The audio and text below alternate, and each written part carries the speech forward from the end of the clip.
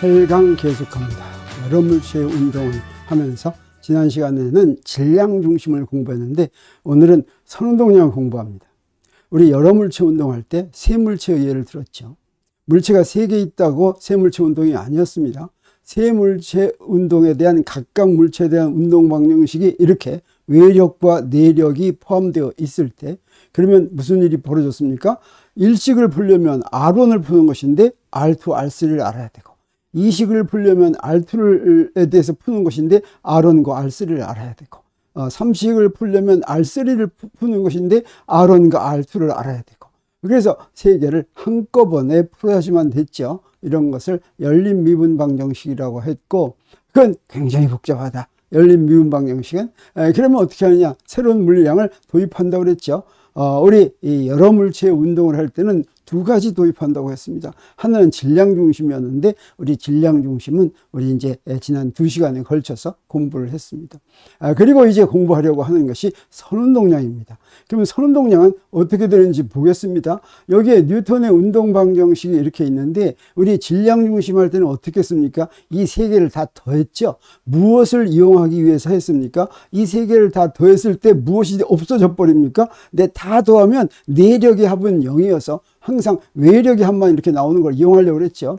그리고 우변에 있는 세 개를 더해 가지고 미분 기호를 앞으로 빼냈더니 바로 이런 부분이 나왔습니다. 요게 바로 어디에 이용이 됐습니까? 자, 좌변은 바로 외력의 합이었고 우변에 있는 요 부분이 바로 질량 중심을 정의하는 데 이용이 됐었죠. 자, 이번에는 뉴턴의 운동 방정식을 어떻게 쓰냐면 여기에서 아까는 dt 제곱분의 d 제곱 r 이렇게 썼죠. 이번에는 dt분의 dv 이렇게 써 보겠습니다. 그리고 이 세 식을 다 더해 보겠어요. 그러면 어떻게 되냐면 아까하고 똑같습니다. 좌변은 뭐가 됩니까? 외력이 합이 되죠. 우변은 뭐가 됩니까? 우변은 이것도 질량을 안으로 집어 넣으면은 여기에 이렇게 m1 v1 m2 v2 m3 v3가 되는데 이 좌변은 외력의 합이고 그 다음에 요 우변에서 요 부분이 바로 선운동량을 정의하는데 이용된다고 하는 것이죠. 그래서 요 부분이 우리 dt 제곱분의 d 제곱 이렇게 써서 m하고 r하고 할 때는 우리 질량 중심을 정의하는데 이용했고, 자 이렇게 dt분의 dv 이렇게 썼을 때는 여기서부터 선운동량을 정의하는데 여기 m1 v1 요게 바로 첫 번째 물체의 선운동량, m2 v2 요게 바로 두 번째 물체의 선운동량, m3 v3 요게 바로 세 번째 물체의 선운동량 이렇게 정의할 것 같으면 문제가 간단해진다고 하는 걸 우리 알 수 있습니다. 그래서 선운동량을 어떻게 정의하느냐? 운동량에는 이제 운동량이 있는데 운동량을 두 가지로 구분합니다. 선운동량과 각운동량. 그래서 선운동량은 우리 뭐라고 부르냐면 영어로는 리니어 모멘텀이라고 하고 보통 P로 표시하는데 아까 얘기한 것처럼 선운동량은 질량에다가 속도를 곱한 것을 선운동량이라고 정의하면 좋습니다. 그리고 각운동량도 또 있습니다. 각운동량은 앵귤러 모멘텀인데 이거는 이제 언제 배울 거냐면 우리 회전 운동이라고 하는 것을 배울 때까지 기다려야 됩니다. 곧 배웁니다. 곧 다음 시간이면 다음 주면 그래서 9강이면 바로 회전 운동으로 들어가려고 합니다. 그럼 그때 이제 우리가 회전 운동 배울 때 각운동량을 배우겠습니다. 그래서 선운동량은 이렇게 질량에다 속도를 곱하는 거.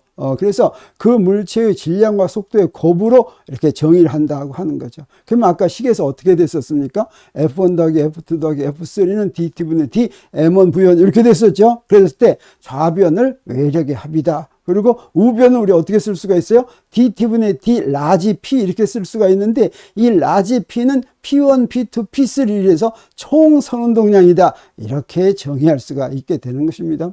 근데 여기서 우리가 놀라운 사실을 알게 됩니다. 그건 바로 뭐냐면 운동방정식, 뉴턴의 운동방정식을 다시 해석할 수 있게 됩니다. 무엇으로 해석할 수 있게 되냐면 선운동량으로 해석할 수 있게 된다는 거죠. 그거 어떻게 하는지 보겠습니다. 뉴턴의 운동방정식은 F는 ma이고 V로 표시할 것 같으면 dt분의 dv였죠. 그래서 이때 우리가 m을 안으로 집어넣을 때 어떻게 했습니까? m이 시간에 대해서 변하지 않는 상수다라고 하면 저 미분기호 속으로 집어넣어도 되고 빼도 됐었습니다.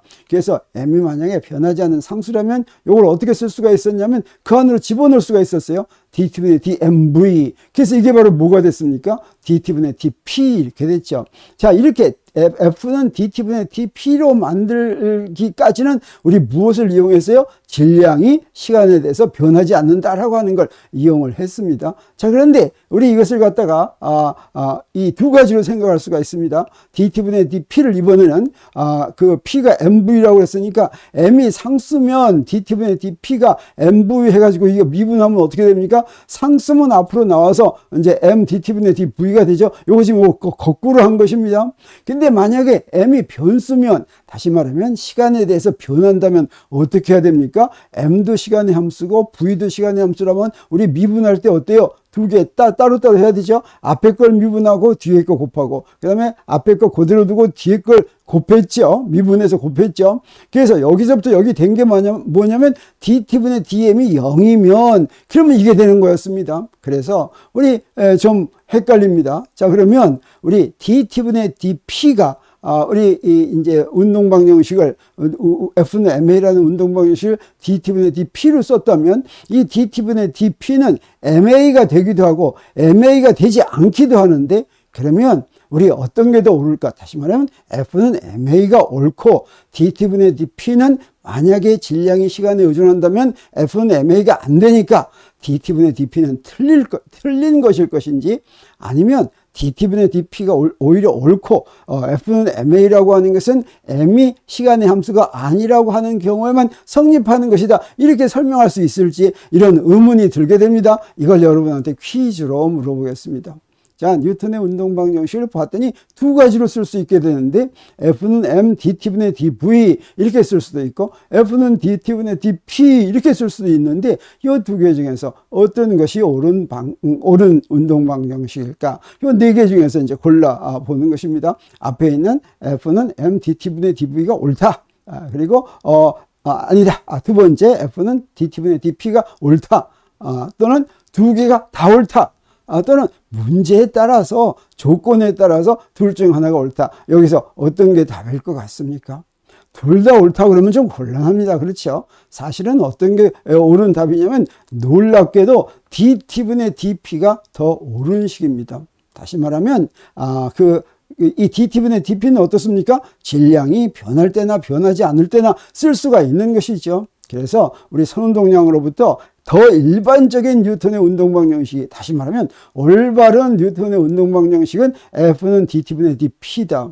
사실은 뉴턴의 프린키피아에도 이미 F는 dt분의 dp가 올바른 뉴턴의 운동방정식이다 라고 하는 것을 알고 있었던 것입니다. 그러면 이 말은 무슨 얘기를 해주는 거냐? 이 말은 F는 dt분의 dp는 무엇을 얘기해 주는 거냐면 운동량을 변화하게 만드는 것이 힘이다 라고 하는 걸 얘기해 주는 겁니다. 우리 F는 MA 그럴 것 같으면 속도를 변하게 해주는 것이 힘이다. 그런데 만약에 질량이 크다면 관성이 크니까 똑같은 속도를 움직이려면 질량이 더 큰 경우에는 더 큰 힘을 작용시켜야지 되고, 질량이 작은 경우에는 약간 작더라도 이제 그 작은 힘을 가해주더라도 똑같은 속도 변화를 가져올 수 있다, 이렇게 얘기하는데, F는 dt분의 dp가 옳다면 무슨 얘기냐면 질량이 크든 작든 그 힘을 작용했을 때 힘을 얼마나 많이 작용했어야 되냐 하는 것은 이 질량의 크기나 속도의 크기에 관계되는 것이 아니라 그 두 개를 곱한 것에 관계된다. 그래서 질량과 속도가 다르더라도 선운동량이 같으면 그러면 운동을 방해하는 데 필요한 힘이 같다라고 하는 걸 얘기해 주고, 그게 바로 이제 일반적인 뉴턴의 운동 방정식이라고 하는 거죠. 그래서 F는 dt분의 dp가 일반적인데, 이제 F는 MA라고 하는 것은 어떨 때 특별히 쓰이는 거냐면 질량이 바뀌지 않을 때, 질량이 바뀌지 않는다는 건 시간에 따라서 바뀌지 않는다는 얘기니까 똑같은 물체가 이렇게 움직이면서 움직이는 도중에 질량이 바뀌지 않는 경우에만 성립한다라고 하는 것이죠. 그리고 F는 dt분의 dp는 물체의 질량 M이 바뀌거나 바뀌지 않거나 항상 성립한다, 이렇게 얘기할 수가 있는데, 우리 한번 여기까지 얘기하고 좀 생각해 보니까 질량 같은 게 바뀌기가 쉬울 것 같습니까? 쉽지 않을 것 같습니까? 이거 질량이 안 바뀌는 게 너무나 당연한 것 같지 않습니까? 만약에 질량이 생전 안 바뀐다면 그러면 어떻습니까? F는 dT분의 dP나 F는 M dT분의 dV나 같은 거죠. 질량이 안 바뀌면 두 개가 같은 식입니다. 단 질량이 바뀐다고 생각했을 때는 둘이 다른 식이 되는 것입니다. 그러면 질량이 바뀐다고 생각했을 때 어떤 게 옳은 식이냐라고 할 때 두 번째 것이 옳은 식인데 F는 dT분의 dP가 옳은 식인데, 근데 도대체 물체가 움직이는 동안에 질량이 바뀐다고 하는 게 이게 제대로 된 질문인가 이렇게 물어볼 수가 있죠. 그래서 퀴즈를 해보겠습니다. 물체가 운동하는 동안에 물체의 질량 M은 바뀔까 바뀌지 않을까?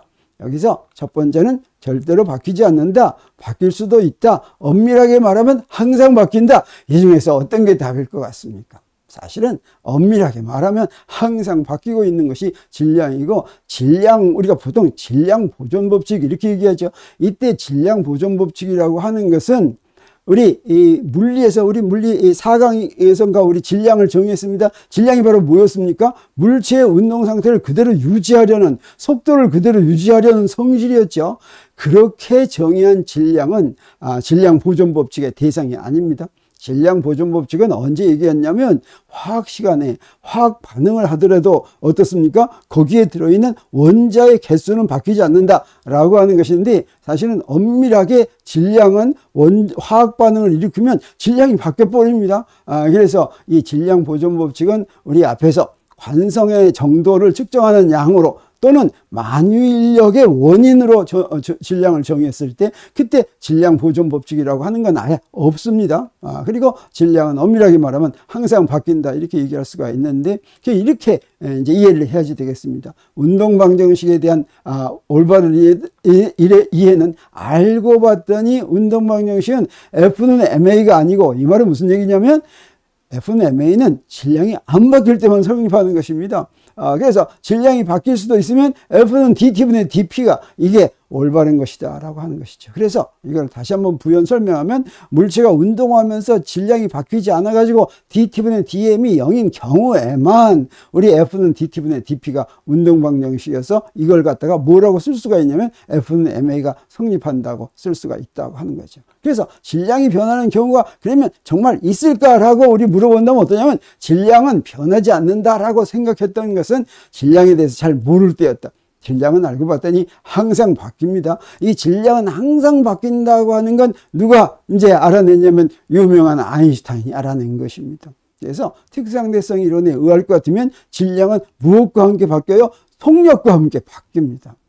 그래서 그거 아니고도 또 물체가 이동하면서 질량이 바뀌는데, 그것의 대표적인 예가 바로 뭐냐면 로켓입니다. 로켓은 어떻게 해서 앞으로 갑니까? 갑니까? 거기에 그 기체를, 분사체를 잔뜩 담고 있다가 그 기체를 분출시키면서 위로 올라가죠.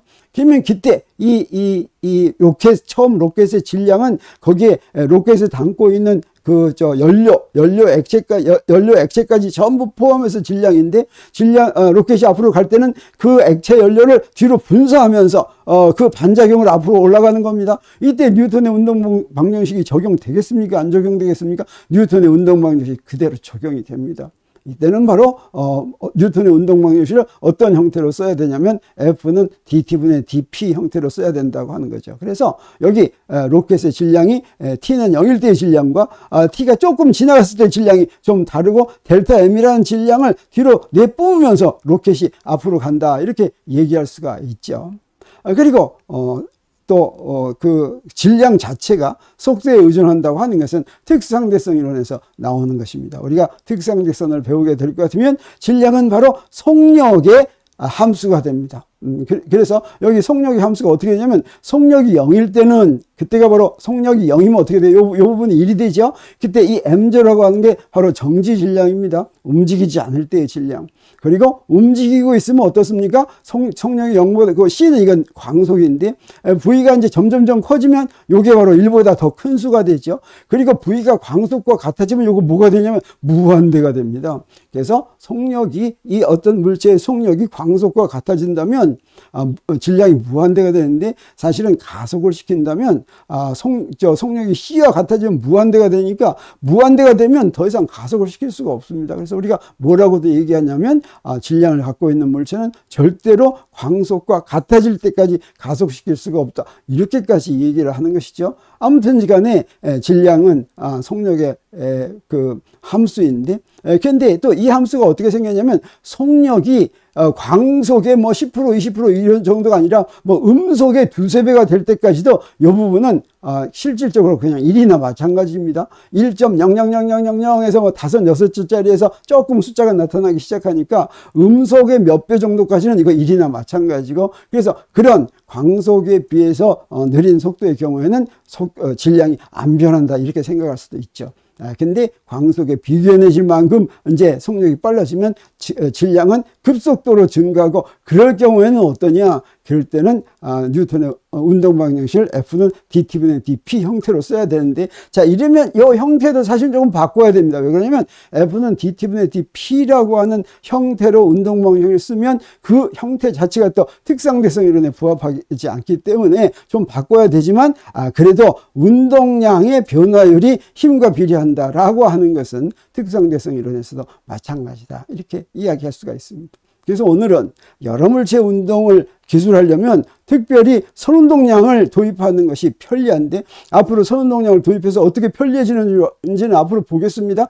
그런데 이때 선운동량을 도입했을 때 여러 물체 운동을 간단하게 얘기할 수 있다고 하는 걸 알고, 그리고 선운동량을 도입해 봤더니 뉴턴의 운동방정식 자체도 선운동량으로 표현하는 것이 더 맞는 것이다, 더 일반적인 것이다, 우리가 질량은 바뀌지 않는다는 근사적인 경우에만 성립하는 것이 F는 M이다 라고 하는 걸 우리 알았다고 하는 것을 오늘 이 시간에 강조하면서 우리 이 시간은 여기서 마치기로 하겠습니다.